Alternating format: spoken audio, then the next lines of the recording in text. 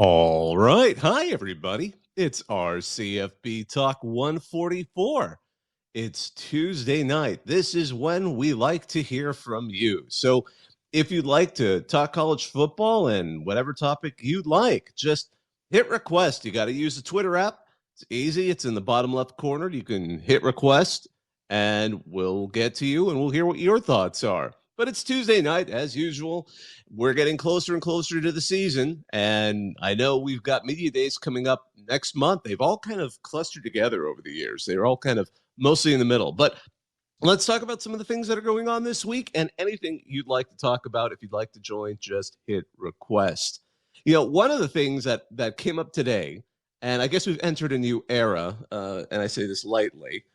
Conference USA has apparently dropped the hyphen in their acronym. They used to be kind of C-USA and everything, but apparently the major branding updates, they released a tweet on Conference USA saying RIP hyphen 1995 to 2023. So there you go. There's your there's your big news of the morning. Let's see here. I see we got Thak who wants to join in. I'm going to go ahead and let you up. Another interesting story, too, and this one, I found this amusing. Matt Brown of Extra Points, because there's more than one Matt Brown who does reporting in college football. He loves to dig through coaching contracts. And one of those that he dug up this morning, apparently Iowa State's Matt Campbell would owe $4 million if he terminates his contract. That's not unusual. It's a kind of a way to prevent a coach from potentially bailing for a better job. But and obviously boosters will pay those if the big enough school wants a person. But the flip side of that is if Iowa State ever increases their academic admission standards, so if they make it harder for him to recruit players kind of getting closer to sort of a Stanford or, Rice situation, then the buyout drops to $0. Then he could just leave. So it was kind of an interesting one. I mean, people were trying to figure out what the rationale might be. Probably my favorite was actually the original poster, Iowa State fan cooling vent.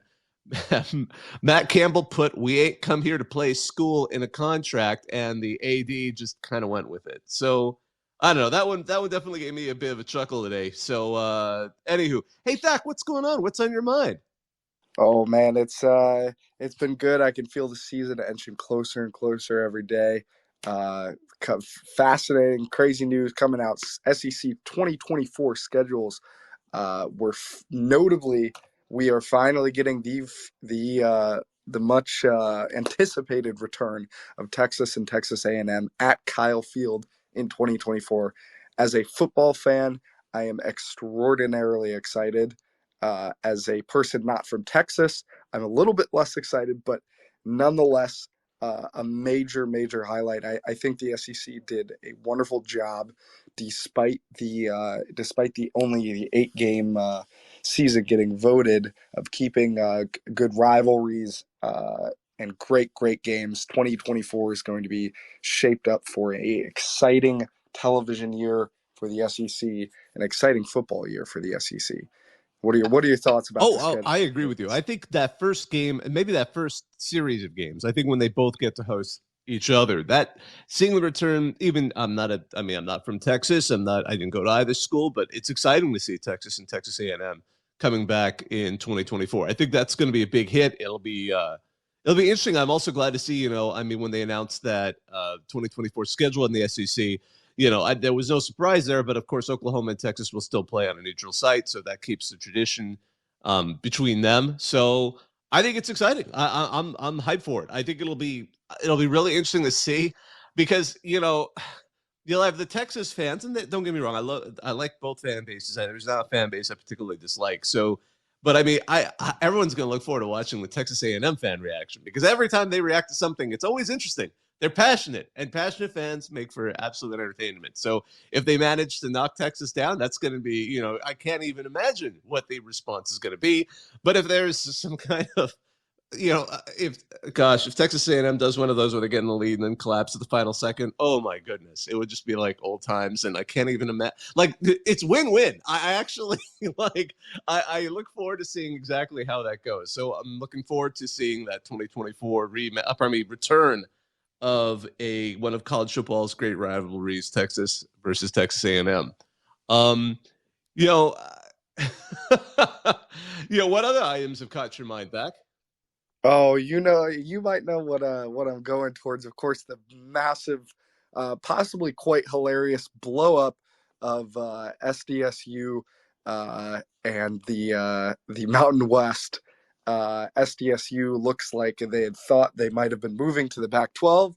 Pac-12 then came out. I don't know if they came out specifically and said, but it was in the news that the Pac-12 was not inviting anybody towards their conference until the media rights deal was done, and now it looks like the media rights deal is not going to be done until June of this year. Meanwhile, SDSU, it appears, had already told the Mountain West they were leaving, and now the Mountain West is telling them to kick rocks with You know, it, not it letting them. it's a funny situation because there's actually, and the reason this is all happening now, it I noticed this was some writers had noticed this a couple of months ago, because this is a situation. Pac-12, as we know, no one is entirely sure what's going on. Kliavkov is either a genius or we'll find out, otherwise. But no one's entirely sure what's going on with that media rights deal, other than the fact that it's taking so long. And so many things are hinging on it, like whether or not some of the teams might go to the Big 12, because the Big 12 knows what the money they're getting there. Your mark is super aggressive. I have no doubt he's I mean, it's been pretty open that they are trying to attract Colorado and potentially the rest of those border schools in the Pac-12. Now, meanwhile, uh, Pac-12 has made some comments that they would be very much interested in San Diego State and SMU. Well, SMU, we'll set them aside. They're in a freer situation. The big problem has actually been San Diego State had an existing agreement with the Mountain West that they had created apparently in 2021, where up until literally the deadline from April 2021 that they wrote into this deal comes up on June 30th. Up to June 30th, they owe, I believe, 3 times their payout to leave the conference, which is a significant amount of money, but it apparently gets even bigger once June 30th passes. So you can now see the problem. The Pac-12 has said we won't invite any more teams until we've got our media rights deal, which has been delayed. Presidents of the Pac-12 have said, "Oh, it's coming up next month," and then it never comes up. We don't know when it's happening. Presumably this summer. But the problem is San Diego State is looking at this deadline, and they basically, and it's a fascinating situation. The way they did it is and I remember one of the tweets that got dropped on RCFB was Thamel over at ESPN. They wrote a notice that the school intends to resign from the Mountain West, is how it was phrased. But at the same time, they're saying like, oh, we're not actually officially resigning yet. We just want to let you know. Oh, and by the way, could we get an extension on this deadline to next month? As one of the comparisons that someone in drew on the RCFB quote was like, I think, yes, this USF fan next door, nicotine. It reminds me of my high school girlfriend. I'm breaking up with you, but I will still be upset if you look at other girls unless I find a new boyfriend first. So that's kind of what's going on right now in San Diego State. You kind of, I mean, I sympathize with San Diego State because they've been put in a really tough position. They clearly want to leave. And this isn't the first time for them. I mean, I'm old enough to remember that. And it happened for a hot minute back when, conference realignment was happening again a little over 10 years ago, when San Diego State and Boise State, in a Hail Mary bid for survival by the Big East after they lost key teams to the ACC and the Big 12, they invited and Boise State and San Diego State accepted, to join what now became, well, they became the American after this, but what was still called the Big East. Because, I mean, San Diego is east of the Pacific Ocean. So, I mean, hey, but they at the last second that collapsed. So, and actually TCU was part of this as well, I should say, before they ended up joining the Big 12.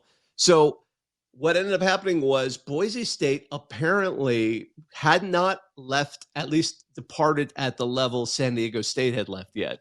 And Boise State at the time was still the prime member of the Mountain West in terms of high profile, along with Utah, which had already left, and TCU. Well, when they all were trying to return to the Mountain West, was noted that Boise State actually helped San Diego State get back in and tried to not make it a rough patch. Here we are all these years later, and San Diego State wants to join that Pac-12. They're planning to join it. Pac-12 is taking too long, and there you have it. So it is just a cluster right now. And again, the reports that came out today, again from Pete Thamel, is that sources say the Mountain West Conference sent an additional letter to San Diego State last Friday, informing them that at this time they will not approve any exceptions that they requested. So there will not be an additional month before their departure. There will not be a reduced exit fee or the ability to pay out the exit fee in installments. Basically, they said, one of our moderators at our CFB, Big Dick Witt, who he and I get along quite a bit. We have a bit of a background in the same area. I've obtained a copy of the letter from my sources. It says "F you, pay me." So that is the Mountain West's response to San Diego State at this time. We have a couple of people that want to come up. One person drop. If you want to join, just add again. But I'm going to add you SC Superman on 1999. Gamecock Superman. It's been a while. What's going on? How's it going? Just trying to get through the off season here, but this situation with the Pac-12 is definitely interesting to me.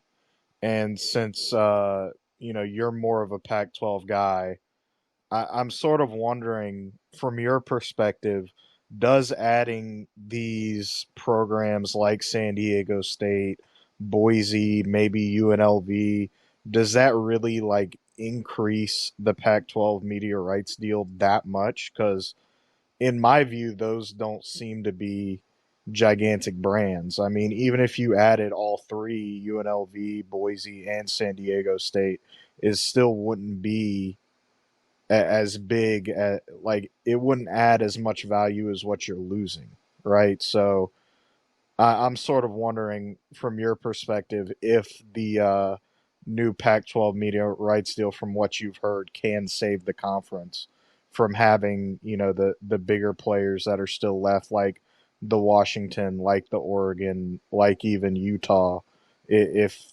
the numbers that are being discussed can save it. It's a good question. And so the way to frame it is, they've lost two huge members. They lost USC and UCLA. They lost basically Southern California because, as I've said before, years and years ago, I went to what was the San Diego Sports Hall of Fame, and USC was more prominently featured than any school. And like San Diego State was also there, but kind of like a side kiosk or something like that. So all of that said, when we're looking at conference growth, we really have to look at two things. Can the university keep up athletically with the other teams, at least paying for facilities? And more importantly is TV market. So, and the reason I put both of those in, I'll get to in a second, because if we want to look historically, that's why the Big Ten added Rutgers. I mean, academically, they're decent. They're the prime state university of New Jersey. But at the same time, I mean, athletics, other than inventing college football, they're on the field has not ever been their strength. But at the same time, you're purportedly bringing in the New York market. Now, how accurate that is up for debate, but certainly that's what made them attractive to the Big Ten. Now, when we're talking what's going on with the Pac-12 and Big 12, at least some of the presidents within those institutions have said, more or less like, look, we know we're competing for second place right now. Second tier, I should say, because the Big Ten and the SEC have just run away. There's no way the teams that are left can somehow band together and necessarily compete with the teams that have departed, unless somehow you lure like Notre Dame to join, which, again, we'll set fantasy aside for a second there. So with the remaining teams in the Big 12 and Pac-12, they're trying to cobble together, something respectable. So as far as the Pac-12 strategy, they're trying to come up with it seems like they've got an interesting approach to this. I don't know. I assume they're talking when they're trying to negotiate media deals. Hey, we're planning to add these other people, but they're trying to compete with the numbers that are coming up from the Big 12. And the Big 12, of course, they've put up, I think it was like 31.7, some $1 million payout like that.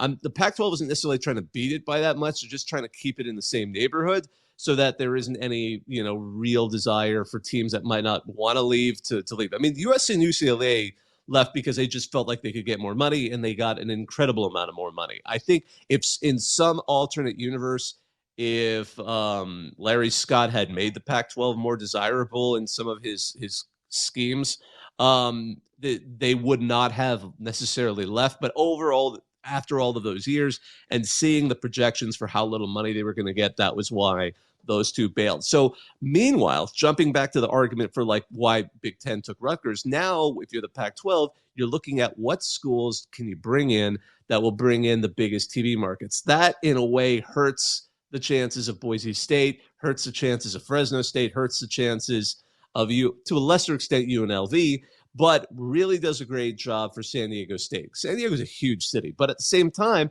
it's close enough that they somehow get back into the Southern California market, which is an enormous amount of people. I mean, the city of LA, I mean, I always like to talk to people, the city of LA, when you add its metropolitan area, is bigger than the combined populations of Mississippi, Alabama, and Louisiana. It's a lot of people live in that area. So meanwhile, that's why SMU is the other one that everyone seems to be pointing at. I mean, Kliavkov went and visited SMU.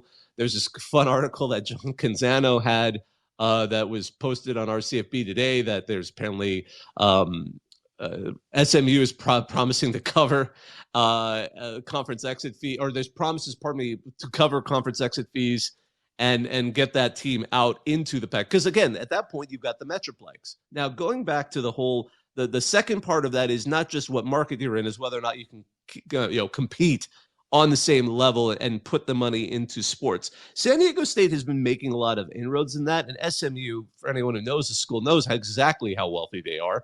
They have a very, very moneyed alumni base.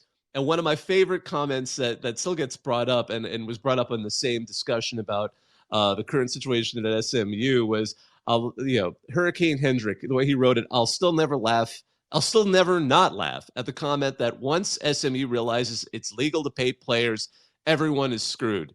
So, I mean, those are two. And the reason I bring that up is that's why, for example, Rice isn't in the conversation. Rice is in Houston, huge market, but they're just never going to try and compete on the same level in sports.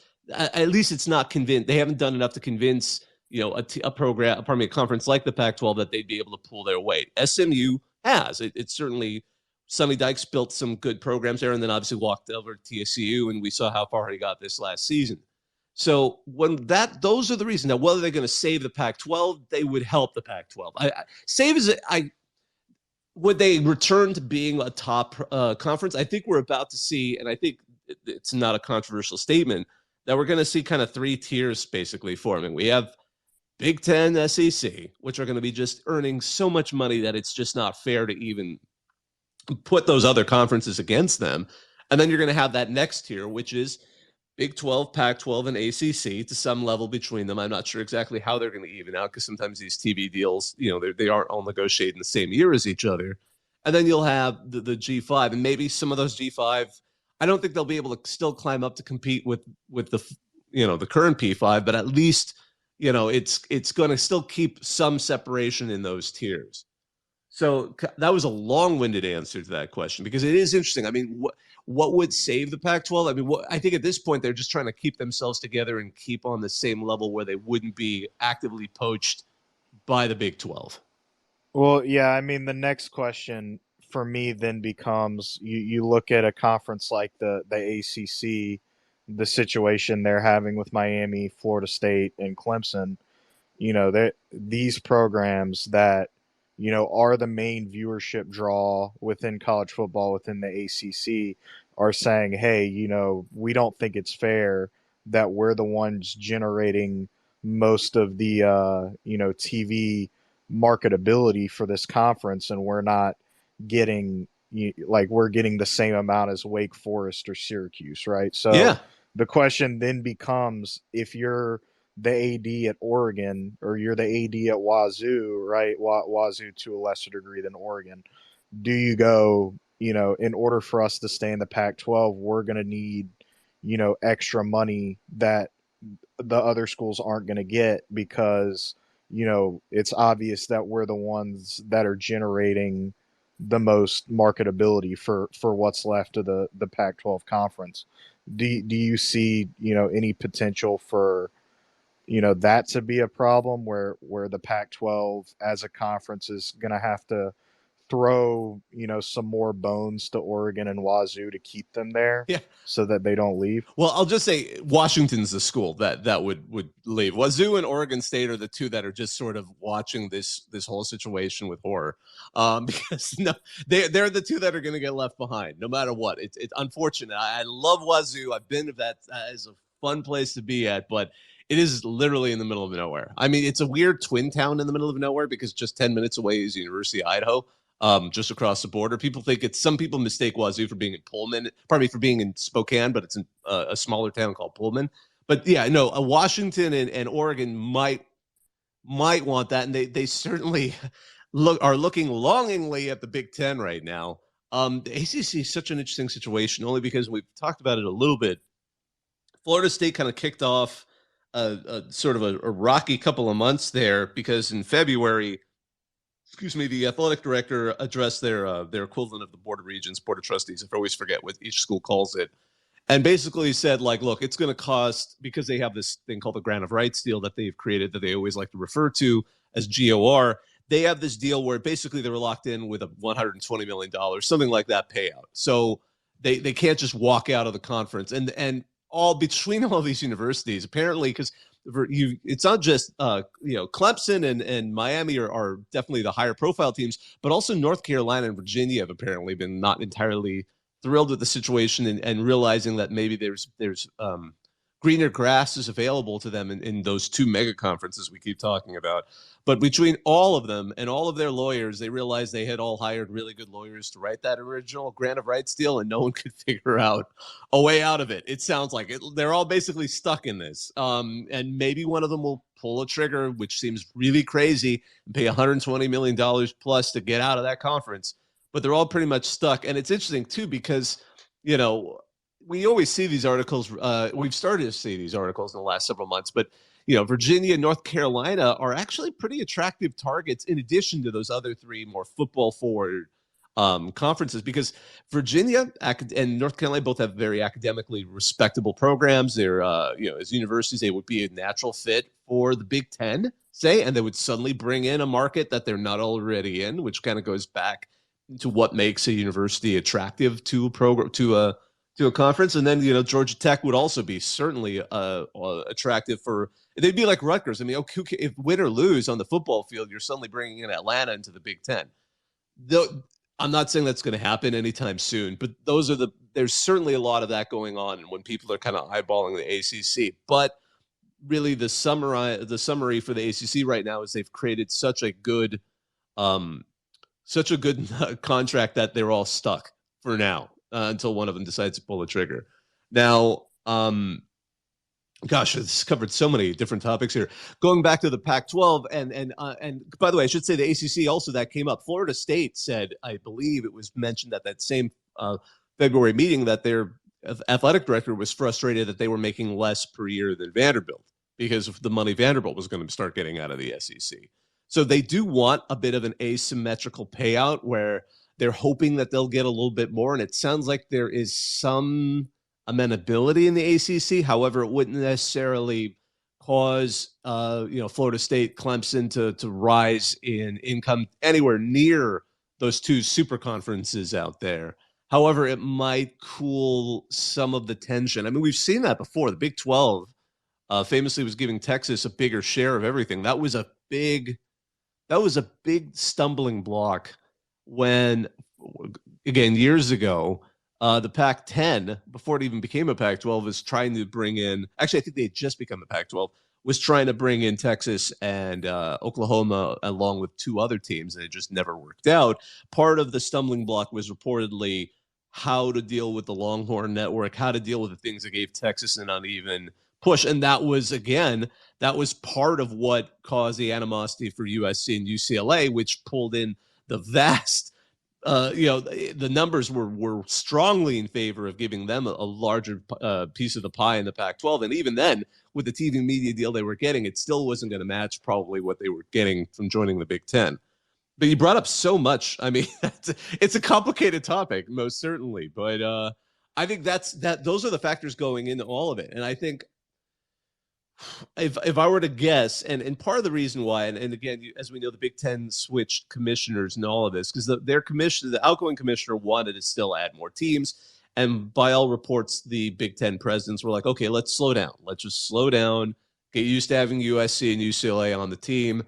Although, if the ACC were to somehow come apart, I guarantee you a lot of conference presidents would be like, okay, all right, no, let's come together and see who we can poach from that conference. But they're locked together, so that's why we see most of the conversation surrounding what's going to happen, as I like to say, in this knife fight that we're all waiting to see erupt between. They're still dancing around a circle. Each of them has their knife drawn.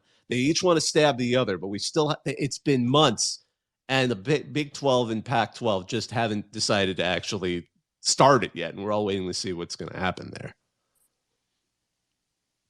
So, oh, go ahead. Well, I appreciate your comments on that. I just wanted to get a better understanding of sort of what's going on in the Pac-12 because, there was a lot of talk before the media rights deal and before Southern Cal and UCLA left about, the whole Pac-12 network and how half the country doesn't even see Pac-12 games, even when the teams were good. Which I Yeah. think is a problem. Thanks to Larry Scott. And Yep. and I think there's been talk about them going to Apple TV with the Pac-12 Yeah, who or knows? I know Apple TV that's Plus kind of or the running whatever. gag. I mean, at what point, how are we going to end up watching it? Is it going to be on Apple TV? Is it going to be on Amazon? Am I going to have to?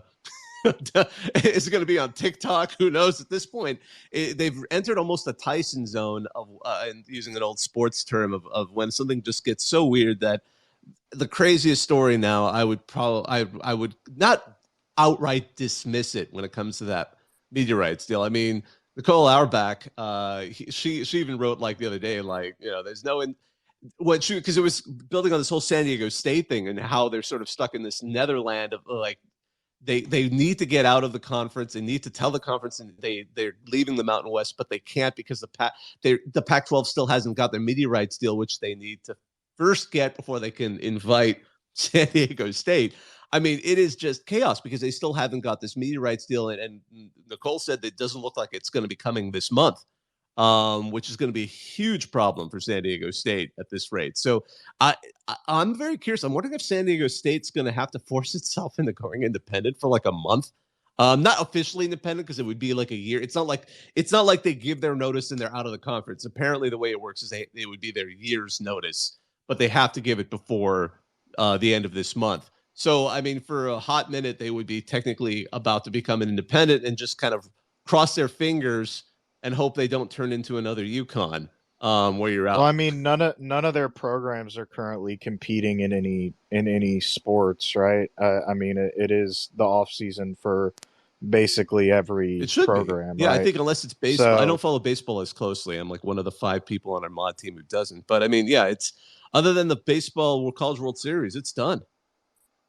So realistically, if they did do that, this would be the best time to do it because it's not like they're announcing, that they're going to be independent during the middle of a season. So it'll be interesting to see what happens. I hope the Pac-12, can work out a deal with, a relevant network that you can get across the entire United States and not just half of it or not just if you're an Apple TV Plus subscriber. But at the end of the day, I guess it's just however much, these streaming services are willing to pay for it, right? So Yep. It'll be interesting to see. Well, I can't wait to hear college football on the BBC or something like that.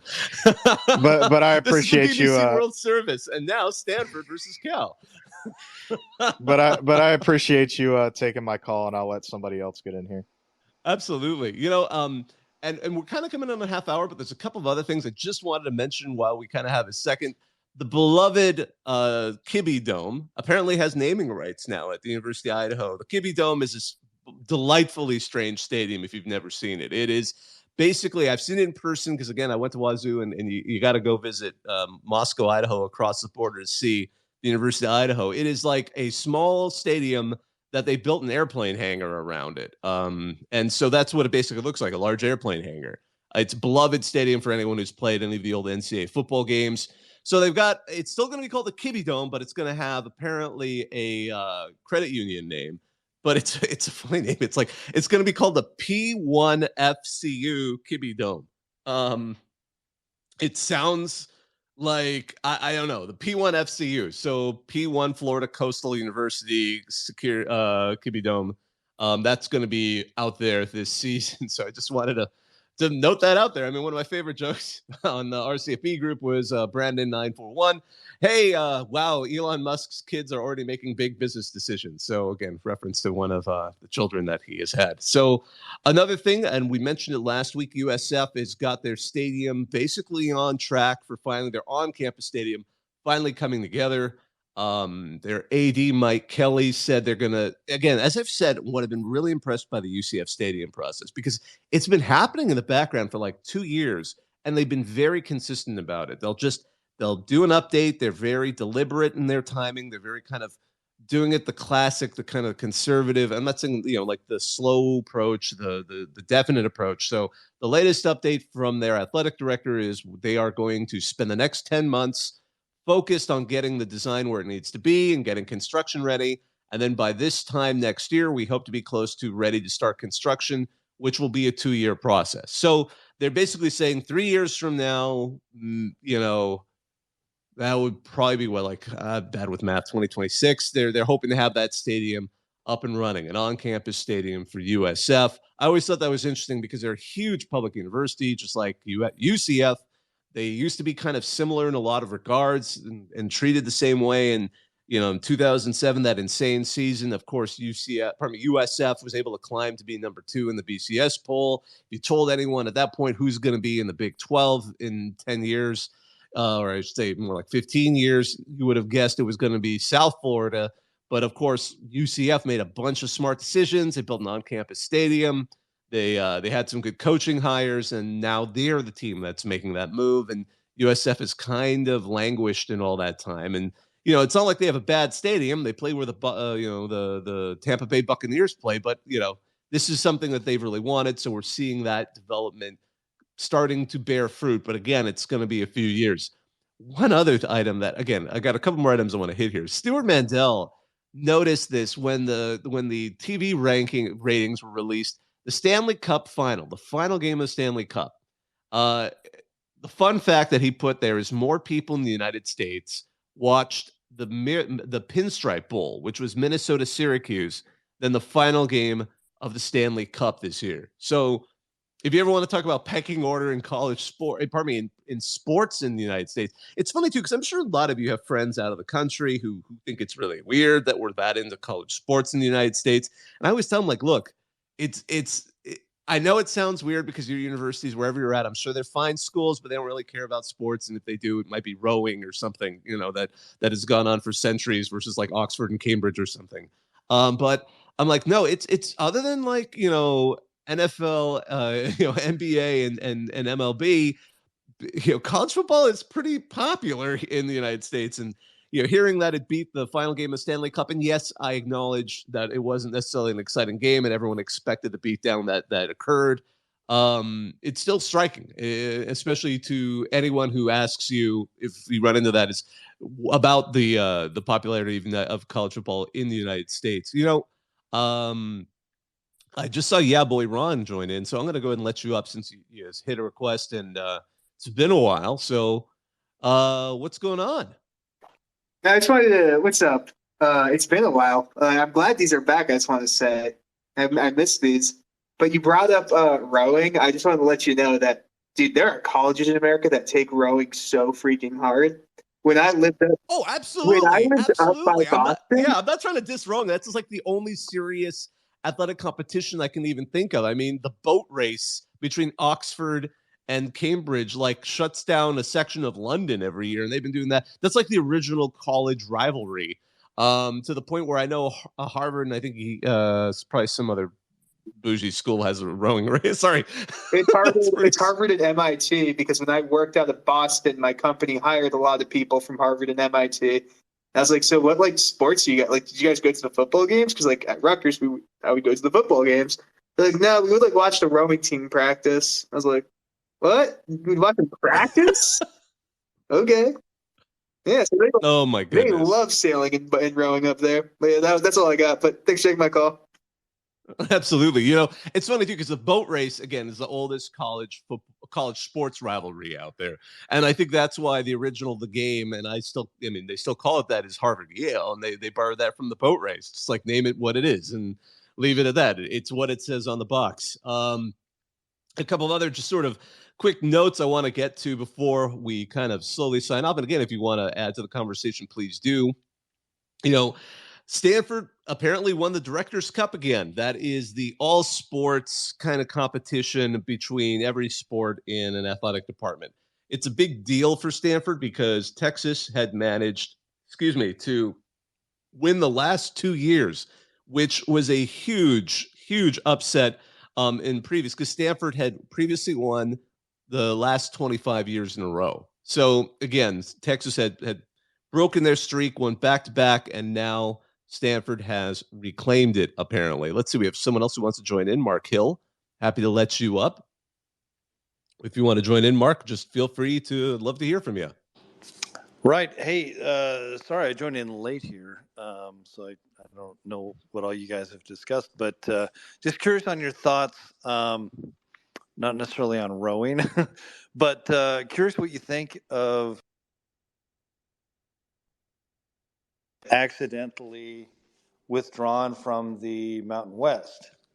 And the Mountain West. Okay, it was so funny. The mic died for a second there, and he was like, I was wondering what you think of. Ah, shit, that's fine. Like, oops, sorry about that. But it was San Diego State. No, I cut on. You're asking about the San Diego State situation. Sure. No. I mean, we talked about it a bit, but basically, in that whole situation, it's kind of fascinating because it's San Diego State was put in a really bad position that wasn't entirely their fault, and I don't know what I would have done if I was an administrator in their situation, because basically in 2021, it sounds like it was in April 2021, the Mountain West teams all agreed that up until the end of this season, which is January 3rd, which is June 30th. July 1st is historically the beginning of the next sports season in college athletics. They would be paying a certain penalty for leaving the conference. And then starting next season, so July 1st, that penalty increases by a significant amount. So they already knew that was happening. Meanwhile, as we know, the Pac-12 has been delaying their new media rights deal, and has been very open about the fact that they want to invite San Diego State and SMU, but they've also said we're not going to invite anybody until we have a new media rights deal. So those two kind of parallel storylines have put San Diego State in a bind. It seems like the Pac-12 isn't going to necessarily have a media rights deal done by the end of this month. San Diego State can't afford the bigger buyout that's going to be coming on the horizon. So they were forced to kind of say, hey, we're thinking about leaving, and basically say what everyone has sort of assumed was going to happen.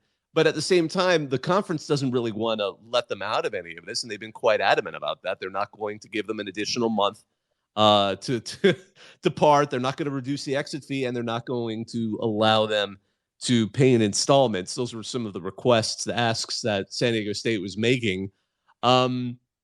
So that's the situation, this is all because, again, it's I mean, there's probably legitimate reasons why the Pac-12 really needs this media deal to work as best as possible to keep the members that they have now, particularly since the Big 12 is coveting them. But at the same time, this has put San Diego State in this tight spot where, we were just talking about a little while ago, maybe what their best option to do is just say, look, we'll leave. We'll say we're going independent until the Pac-12 can get their deal together, and then we'll join them. But it's an awkward situation for them. SMU, as I said, they're the other team that everyone expects a Pac-12 to invite, but they're not in any situation like this. When they need to go, they can just go. But San Diego State is the one that got just stuck in between a rock and a hard place. And that's why that strange situation erupted, where they basically told the conference that we're probably going to leave, and at the same time, they're trying to hedge it. I mean, I sympathize for him, and it's just a bear of a situation to be in. I mean, San Diego State has been such an antagonistic member of the Mountain West forever. Absolutely. Yeah. And I mentioned that too, because they wanted to leave for the Big East. And I remember Boise State, which was also planning to leave for the Big East, was the one that help them get back in without causing any more, help them get it back in quietly. Right. And that was many, many years ago. But I mean, that now here it's happening again. And again, the sympathy, as you said, the sympathy's not there. They've been antagonistic. They've always coveted leaving. I mean, they've got a history of sometimes being, and I mean, I don't blame them for this approach, but they were basically like, if USC and UCLA do it one way, that's who we are. We're not these other teams, in the conference. Yeah. I mean, they've just got the Southern California arrogance to them, and which is fine, but yeah, it's bizarre. What the Pac-12 thing is bizarre to me because, again, I don't understand why they don't consider BYU. I think BYU culturally still probably, after all this nonsense, would still probably go to the Pac-12, and they're head and shoulders above San Diego State or SMU. I'm confused by what the Pac-12 is doing. I think it's funny. I think at this point BYU is at least happy with the Big 12 for letting them in. I think they're pretty low. I think they'll be loyal to them because I mean, after all the nonsense, because you're right. They always wanted to be members of the Pac-12. They would have certainly brought a lot of numbers in terms of their national fan base because of obviously their ties to their church and all of that stuff. But at the same time, I mean, after all those years of the BS that they were getting from the Pac-12 members, I could see why the Big 12 they're going to go in and at least give that a couple of years before they would ever sour to it. And the other conflict I don't know. I think even today they might consider the Pac-12. I mean, they're the strongest thing the Pac-12 has going for them is Utah, and that then you bring back the Holy War in a more fixed position. Maybe, but their alumni base is in California. Yeah, you're right. Those USC games they had were well attended. I mean, BYU shows up when they play in the Pac-12 for sure. I don't know how culturally well BYU would actually fit. I mean, let's be honest. The ties with the how closely related associated, I should say, not related, BYU is with the church. Probably is the big reason why. Academically, it's a fine school, so it's definitely not academics like Boise State would never get in, probably because of academics. But and historically, those are the historic arguments. Like before the Pac-12 saw USC and UCLA, there's basically everything that happened before, basically a year ago. It was almost exactly a year ago, slightly more than a year ago, when John Wilner dropped that tweet that shook all of college football to its foundations. But I mean, basically, that was the logic a year ago. And then 11 months ago, it totally changed. So now I think the Pac-12 will be happy for him. And it's funny how these situations kind of change. But, the Big 12 said, I choose you. And they happily have gone along. And I think they're hyped for that because suddenly they're going to be part of a bigger piece of the pie. And they're not, I mean, it's no longer, your grandfather's BYU, which was always locked into the Holiday Bowl year after year after year, which won't necessarily land with everyone in the audience. But there was a time when that was the only bowl they could get into because that was where the WAC champion went. And that's the 1 year they won the national championship was because they had to win the Holiday Bowl because they couldn't get out of that tie-in. And they beat I believe it was a 6-win Michigan team. But yeah, I see we got a couple more people. You know what? Why not? It's been a while. Let's let some people up. Let's set up Nate, and then we'll get to Cody. Hey, Nate, what's going on? Can you hear me? Hello? Sure can. Yeah, so I kind of want to go back to the earlier conversation you had with the Gamecock fan when you guys were just talking about, Clemson, Miami, Florida State, realizing that, hey, we can make more money as opposed to stick around with Wake Forest. I guess, so I'm a Longhorn fan, and we got a lot of flack for years with, keeping Longhorn Network because we know we got extra money from that, and that's why, A&M wanted to leave. So I guess I'm kind of curious, when did this mentality start where schools realized, hey, I'm kind of worth a little bit more than this guy next to me, so why am I sticking around here, right? Yeah, no, it's a good question. I think what really the TV money going up as high as it did, I think the SEC and the Big Ten led that way because the Big Ten Network seemed, I mean, people don't remember the Big Ten Network launched, it's the year they launched was, of course, the App State upset of Michigan. That's how you can always track if you ever forget what year the Big Ten Network launched. But that suddenly unlocked an enormous sum of money for the Big Ten members, and the SEC has always had very smart leadership at the top of that conference. And they were able to also finagle some great TV rights deals from their tight relationship with ESPN and CBS Sports over the years and all of that stuff. So those two things started to push the idea that, wow, there's a lot of money to be made for teams that are, that are valuable market. And I agree with what you're saying. Longhorn Network was a real sticking block. As I mentioned, that is part of why they seem to not be able to get that brief moment where it seemed like the Pac-12 might actually pull them over. It never came to be because of that uneven distribution. Now, is that why the Big Ten never went after him? I'm not sure. The Big Ten. Sorry to interrupt. Big Ten has always been very strange. My favorite example of the Big Ten was Mizzou really wanted to be part of the Big Ten. Like, that was an open secret. The Mizzou wanted to be a part of the Big Ten, and then what ends up happening? Obviously Nebraska ends up joining the Big Ten. And then Mizzou kind of at that point being left in the lurch, the SEC was willing to knock on that door, and Mizzou happily went over along with Texas A&M. I mean, that was a really weird couple of years there where all these teams were kind of whispering to each other. And for some reason, and I guess at that time, the Big Ten was still trying to stay somewhat contiguous with its borders. It never was willing to kind of skip too far. That's, I think, part of the reason why the USC UCLA thing was so shocking, I think, to folks who've been paying attention to a lot of those moves over the decades, because it just was like, where did that one, that seemed out of character almost for the Big Ten at the time. Because even then, when they added Maryland, when they added Rutgers, it was still kind of adding to the eastern border. It was still one big kind of block that was still, for non-revenue sports and other areas, still kind of seemed to be cogent in some manner or form. Now, but yeah, once people saw exactly how much money was being made, I think finally, for example, USC and UCLA said, you know what, this is just not worth it anymore financially for them. UCLA especially felt that because they were desperate for money. They actually have overspent quite a bit.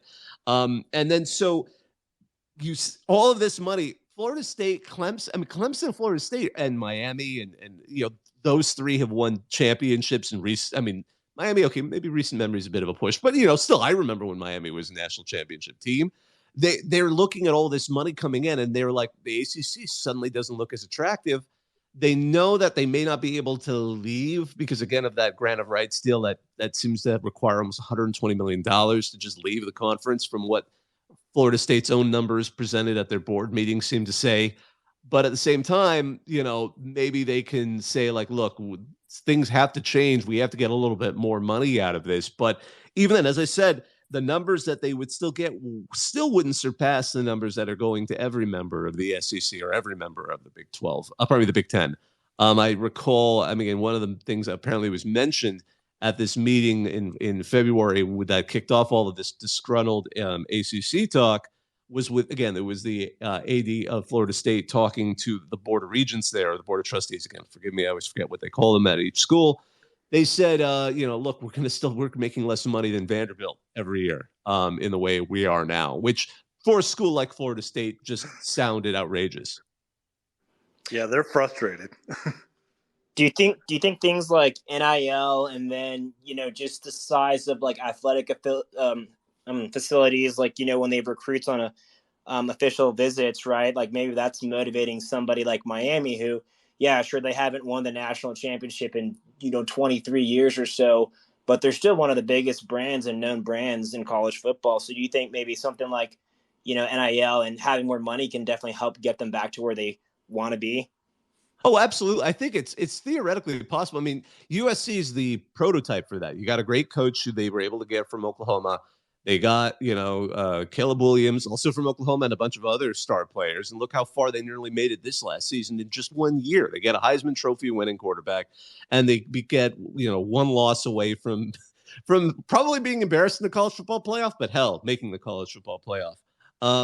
So I think that proves that can happen. And again, that's still they're still in the Pac-12 for that aspect of it. I mean, all of those parts came together before they announced they were leaving for the Big Ten. I mean, Lincoln Riley and Caleb Williams were already on the team at that point, so they'd already built something that got to where it did. Now, so things like NIL deals, things like facilities certainly benefit that, and the transfer portal has made that something that is achievable. But of course, it's an interesting question with the way all this is going to develop. Again, I see we have one other person here who wants to chime in. I see it's actually an old friend of ours, Cody. Let's go ahead and let you up. I believe you're also a USC fan as well. Cody, what's going on? Good. So two things. I just wanted to point out. One, I think it's hilarious that USC is playing Georgia Southern in 2025. I think obviously that's the obvious troll job. You can't convince me otherwise. They're not scheduling that unless Clay Helton is there. I mean, there's no doubt in my mind. I think that's hilarious. Honestly, though, it's doing a solid for Clay Helton and Georgia Southern, probably getting a good payout. So, it works on both. Yeah, and Georgia Southern's always had that kind of. They're like, I wouldn't say they're. They have that mentality of play anyone anywhere kind of thing, and they've always had that since Irk over there. So, but I think Coach Irk, but I think at the same time, they are absolutely. It's benefit for both, and I get why.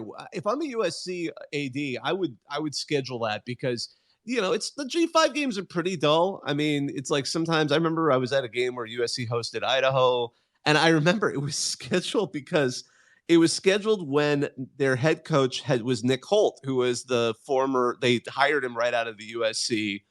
He was the linebacker coach before then, or I think he was a defensive coordinator right before then. But anyway, they poached him out, so they scheduled this game. And then by the time it was played, Holt actually got tired of being a head coach and went right back to USC. And but no one went to it was not a great attendance for that game. But the hype of that Georgia Southern game, especially if Clay Helton's a return, that's actually you're trying to program to get people into the stadium, and people will probably show up to the Coliseum for that. I'm not saying it's going to pack it, but it'll certainly get more than some of the other potential options out there because of that fun storyline. Yeah, honestly, I didn't know that about the Idaho game. That's a good little nugget to have. I had no idea.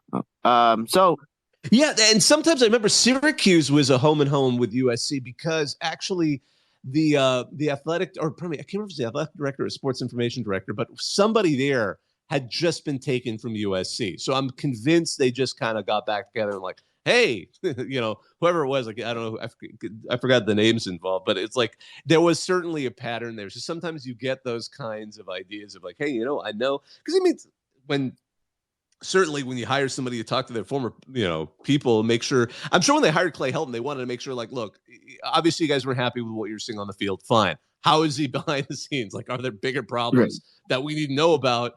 I mean, USC certainly could talk about that when it comes to hiring ADs, right? But but at the same time, I think sometimes you get these ties that form between people, and it's a small enough profession where many of these folks who are administrators know that I could very well be working with this person at another school later on. But yeah, I think it creates a more interesting G5 matchup than usual, and hopefully Helton will still be there by 2025. I don't see any reason why he wouldn't, but yeah, for sure. Yeah. So my second question was going to be, it's more of a thought. I mean, it is question too, just because I remember, maybe when I was younger, growing up as a teenager, I love college football, I love USC. I always thought, why wouldn't USC go the independent route? I always thought they could. I thought, me personally, USC could have handled it. I think they have the finances for it. Obviously, they're not hurting for money. I think they would have done well doing their own TV network. I'm curious what you think, why USC never really, maybe they did explore it. I never really saw anything them maybe looking into it. Why they never went independent, like kind of like Notre Dame did. I think it's a lot harder to go independent than I think most people realize. For example, if you ever look back in the 80s and look at some of the conference layouts, and go on Wikipedia or something, because those guys have apparently made pages for every college football season. Go to like 1978 or 1985 or whatever, and look at how many independent teams there are. Like when Penn State was an independent team, because Penn State was able to put together a solid schedule and compete for national championships and things like that. But at a certain point, it just becomes more. Economics just seem to work better to be in a conference. And I guarantee you there have been teams that have tried to crunch those numbers. I'm sure there have been board of regent members of various schools who said, like, can't we just go independent? Can't we just make it work? And the numbers just don't seem to hash that out. Notre Dame has always been kind of its own special angel. And I think time has helped it there. I think being independent for so long has benefited it there. Most teams don't like going independent. Of course, most of the reference points we have are G5 teams. Like Liberty was independent for the longest time. They actually, they were given an exception to the rules. The NCAA says you can only move up to D1, to FBS, if you have a conference you can land in. But Liberty, with all the baggage they have, they couldn't find a conference. So finally, the NCAA said, we'll grant you an exception, because I think the undertone was there was going to be a lawsuit involved. So Liberty was up, and now obviously they're in a conference and they're happily in one right now. But UConn's a great example. UConn would love to be in a conference right now. And they famously left their conference thinking they would get into a bigger conference, and they didn't. So they've been kind of stuck in this nether region. And part of the reason why it's hard to be an independent is just scheduling, quite frankly. Granted, an FBS program or an equivalent like a USC could probably easily put together a schedule that'd be pretty decent, picking out, home and homes with other equivalent, sort of higher end P5 teams and some G5 teams, but then also filling in gaps with some other programs. But it's a lot more difficult than it sounds, and there's a certain amount, especially with other sports, of having that built-in schedule with your conference mates. Now, of course, if USC had gone independent, who knows? Then maybe the rest of their sports would have joined the WAC or some equivalent. That's certainly not without precedent. I mean, that's what BYU did when they finally went independent. They put all their sports in another conference.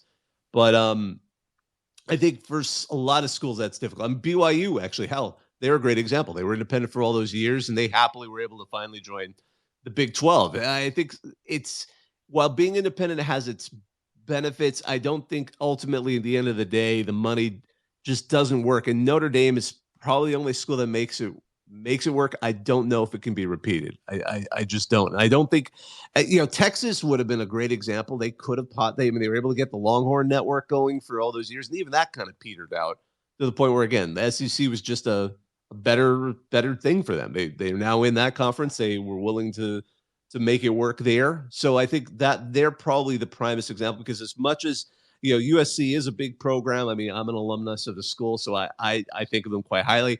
I think Texas is probably the biggest example of a public school that could have gone independent, but the numbers just don't work there. And I think they're very smart people at the University of Texas. They know exactly how to maximize the dollars they're getting. And what made sense for them is to eventually be in the SEC. So I think to some extent my answer is deferring to the knowledge that is guiding some of these athletic departments, because they've got people who are being paid a lot of money to figure out what the best, how to make the most money out of how they can. And independence just doesn't seem to work. No, see, one last thing, and I'm sorry, I know I said I had two, but one thought just came into my head. So I was looking through my old pictures, and I saw an old screenshot I took of 2 years ago. It was Colin Cowherd saying rumors about USC going to the the Big Ten. And so my thing is, like, how was this able to be kept under the table for so long? Obviously, this was probably years in the making, but how there was no leaks, nothing. Like, I was shocked as anyone else when I saw the news. I was not ready for us to join the Big Ten. I'm excited, but it was a shock. How do you think they were able to keep it so hush hush for so long? There have been a couple of articles written about this. I think Colin Cowherd, he certainly likes to throw some wild rumors out there. Although I don't know if he was necessarily on the right path there. With this one, it seems to be bites a nut every once in a while. Exactly, and I think that was more like a broken clock kind of situation, because I don't think he was on the trail of this particular what ended up leading up to this situation, because by all accounts it started to come together quite quickly. And Kevin Warren, the who's no longer obviously in the Big Ten because he got tired of him, went back to the NFL. They got him from the NFL, and he returned. But he was the one who was able to lead that. And I think there were a couple of things that came together. what it seems like is the Pac-12 started to get the initial estimates of what their payouts were going to be in the upcoming media deal, the one that they're trying to negotiate right now. Those numbers in 2022, early 2022, were reaching the powers that be at those two programs, and they just finally said this isn't making any financial sense. Some way they were able to reach out to the Big Ten. I mean, a lot of this stuff has always been done kind of quietly, to make sure no one embarrasses one side or the other. And by the end, they were able to, I think a few people knew about it, and they were able to keep it quiet enough that once they had everything in place, they were able to go where they were. And again, Colin Cowherd, I don't think was one of the people that was in on that. There were a few random tweets that did seem to have. There was some guy in Minnesota who apparently tweeted that it was about to happen like a day or two before John Wilner dropped it. And that one actually seemed a little closer, like, oh, he might have accidentally heard something, like through a friend who was maybe at the University of Minnesota or something of that nature. But as far as, it's one of those great moments in just like of keeping something that big, that quiet is just remarkable. Because right now, what we're watching with the rest of the Pac-12 trying to sign a media deal, every few weeks, it seems like another president of one of those universities says something that ends up not being true. Like, oh, we're about to sign a media deal. Oh, we're not. Oh, we're this. Oh, we're going to be on Apple TV. Oh, we're going to be on that. And we're still not sure what's going on there, which, as we've been kind of repeating many times this particular show, is put San Diego State in a really awkward situation because they need to get out of their conference before they have to pay like triple the amount to leave at the end of this month. But wow, this was like going back to an in-season show. That was 1 hour. So, folks, I think we're going to go ahead and wrap up here. Normally, these off-season shows go for 30 minutes, but we had so many people coming in. It was a pleasure to talk to all of you. My name is Bob Akayeri. This was our CFB Talk 144. We do these every Tuesday night at 10 p.m. Eastern, 9 p.m. Central, where I am at here in the lovely state of Minnesota. Hopefully, we'll get a chance to talk to you next week, or anytime you get a chance to listen or join us in the conversation. We always appreciate it. Now, I'm hang up and listen.